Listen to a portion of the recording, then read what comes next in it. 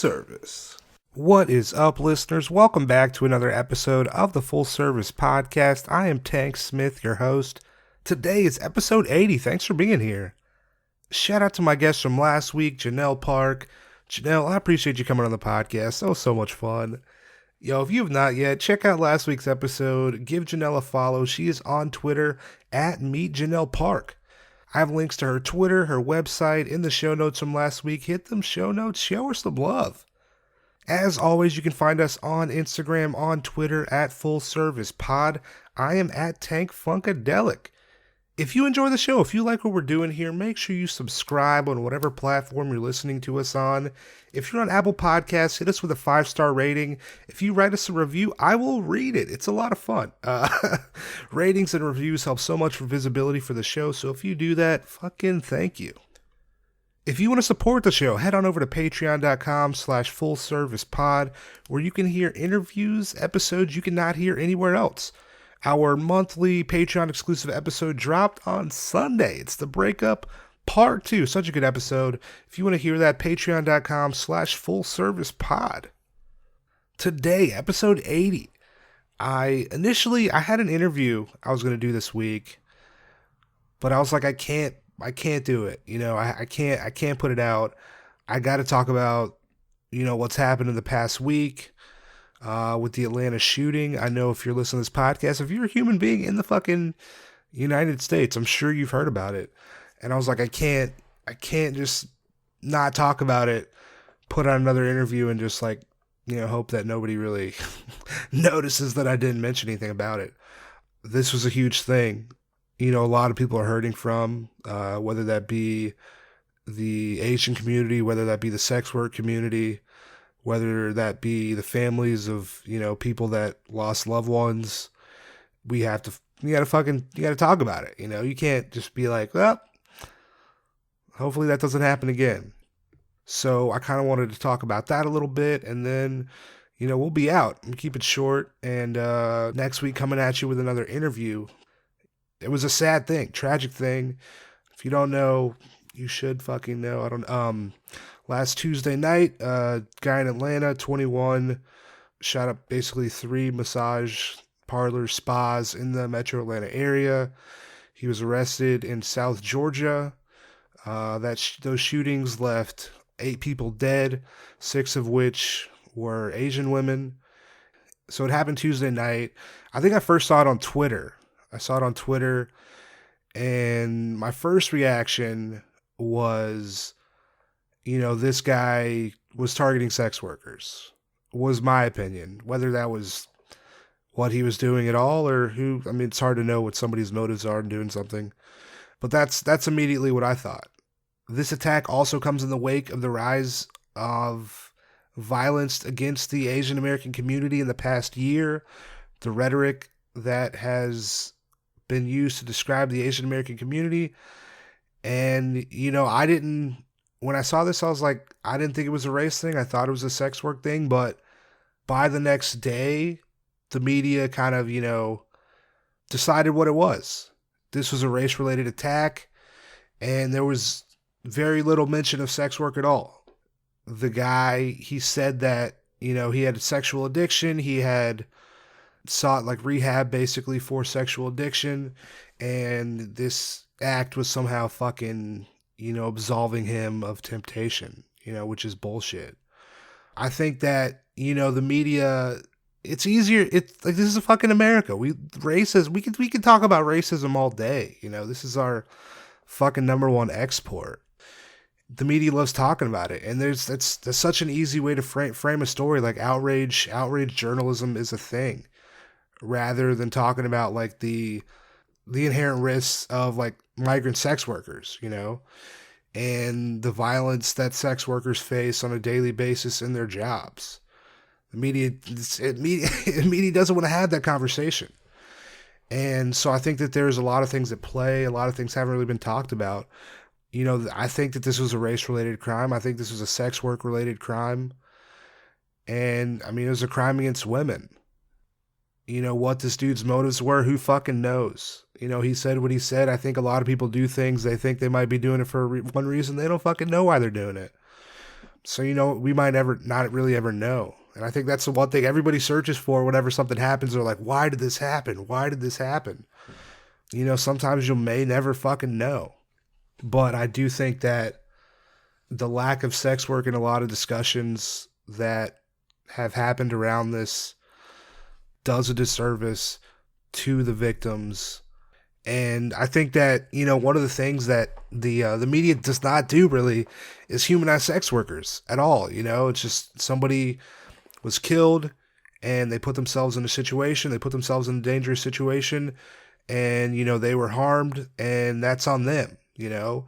And one of the things I think that is a little bit different with this story is that they have humanized these people. And, these are moms, these are sisters, these are daughters, this is a father, this is, someone who loved karaoke, and you don't really hear that much when the media talks about sex work at all.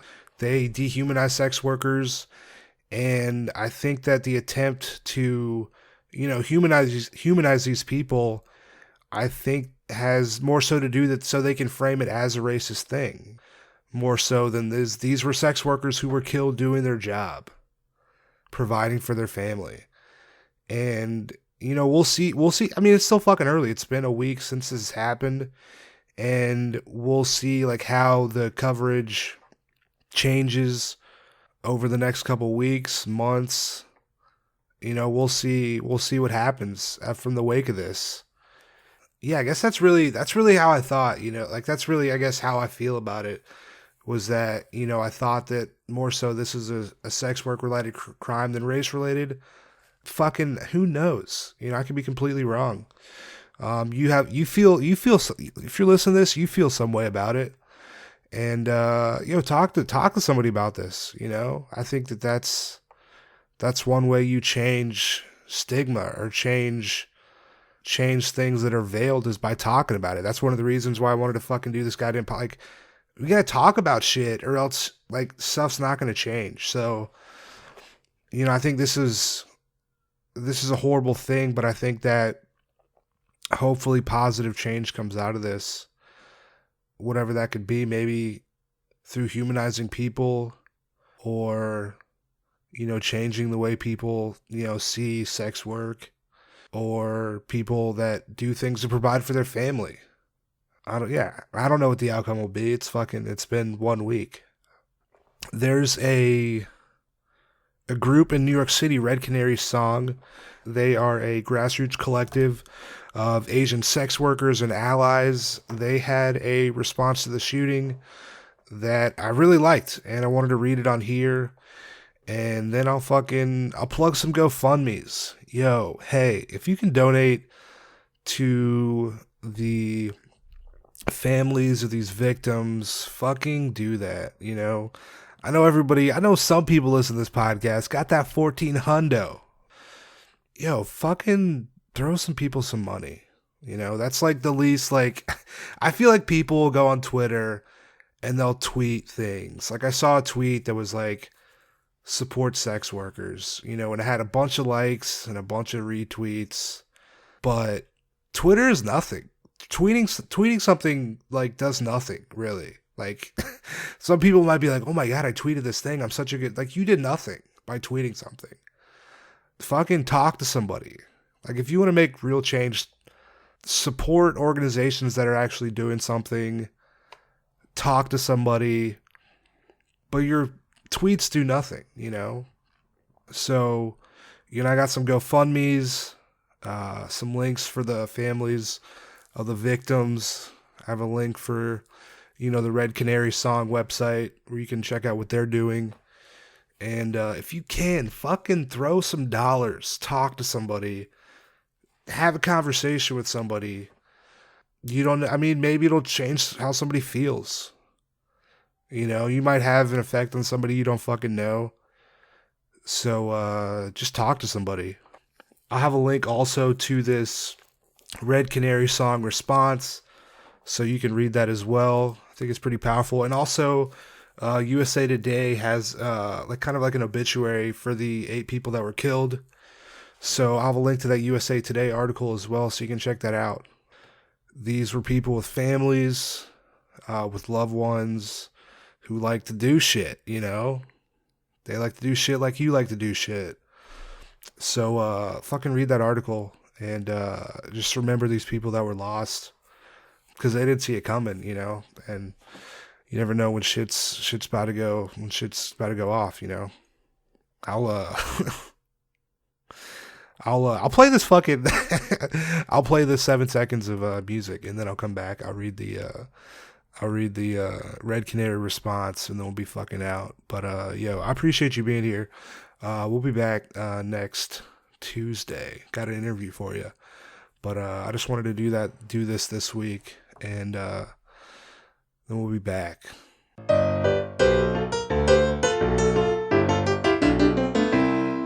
In the wake of the deaths of multiple Asian women massage workers in Georgia, we are sending radical love, care, and healing to all of our community members. We acknowledge the ongoing pain and grief from continued violent assaults on our Asian and Asian American APIA community, which have been compounded by the alienation, isolation, and violence brought on by racist rhetoric and governmental neglect in reaction to the COVID-19 pandemic. We are concerned that many of those calling for action in this moment have and will continue to endorse violence toward Asian sex workers, massage workers, and survivors. We reject the call for increased policing in response to this tragedy. The impulse to call for increased policing is even greater in the midst of rising anti-Asian violence calling for carceral punishment. We understand the pain that motivates our Asian and Asian American community members to call for increased policing, but we nevertheless stand against it. Policing has never been an effective response to violence because the police are agents of white supremacy. Policing has never kept sex workers or massage workers or immigrants safe. Through criminalization and demonization of sex work has hurt and killed countless people, many at the hands of the police both directly and indirectly. Due to sexist, racialized perceptions of Asian women, especially those engaged in vulnerable low-wage work, Asian massage workers are harmed by criminalization of sex work, regardless of whether they engage in it themselves. Decriminalization of sex work is the only way that sex workers, massage workers, sex trafficking survivors, and anyone criminalized for their survival and or livelihood will ever be safe. Media coverage that examines the racist or sexist motivations of the killings as independent of each other fail to grasp the deeply connected histories of racialized violence and paternalistic rescue complexes that inform the violence experienced by Asian massage workers. We see the effort to invisibilize these women's gender, labor, class, and immigration status as a refusal to reckon with the legacy of the United States imperialism and as a desire to collapse the identities of migrant Asian women, sex workers, massage workers, and trafficking survivors. The women who were killed face specific racialized gendered violence for being Asian women and massage workers. Whether or not they were actually sex workers or self-identified under that label, we know that as massage workers they were subjected to sexualized violence stemming from the hatred of sex workers, Asian women, working-class people, and immigrants. We are asking that the community stand in solidarity with us all, immigrant and migrant massage workers and sex workers. We highlight the following demands from New York-based massage parlor workers. 1. Pay attention to the life and work safety of massage and salon employees. 2. Asian massage workers and businesses come from the community and give back to the community. 3. The legal working rights of Asian massage workers must be protected. 4. The lives of Asian massage workers must not be lost in vain. 5. The legal profession of massage work should be respected and protected by U.S. society. Signed, Red Canary Song.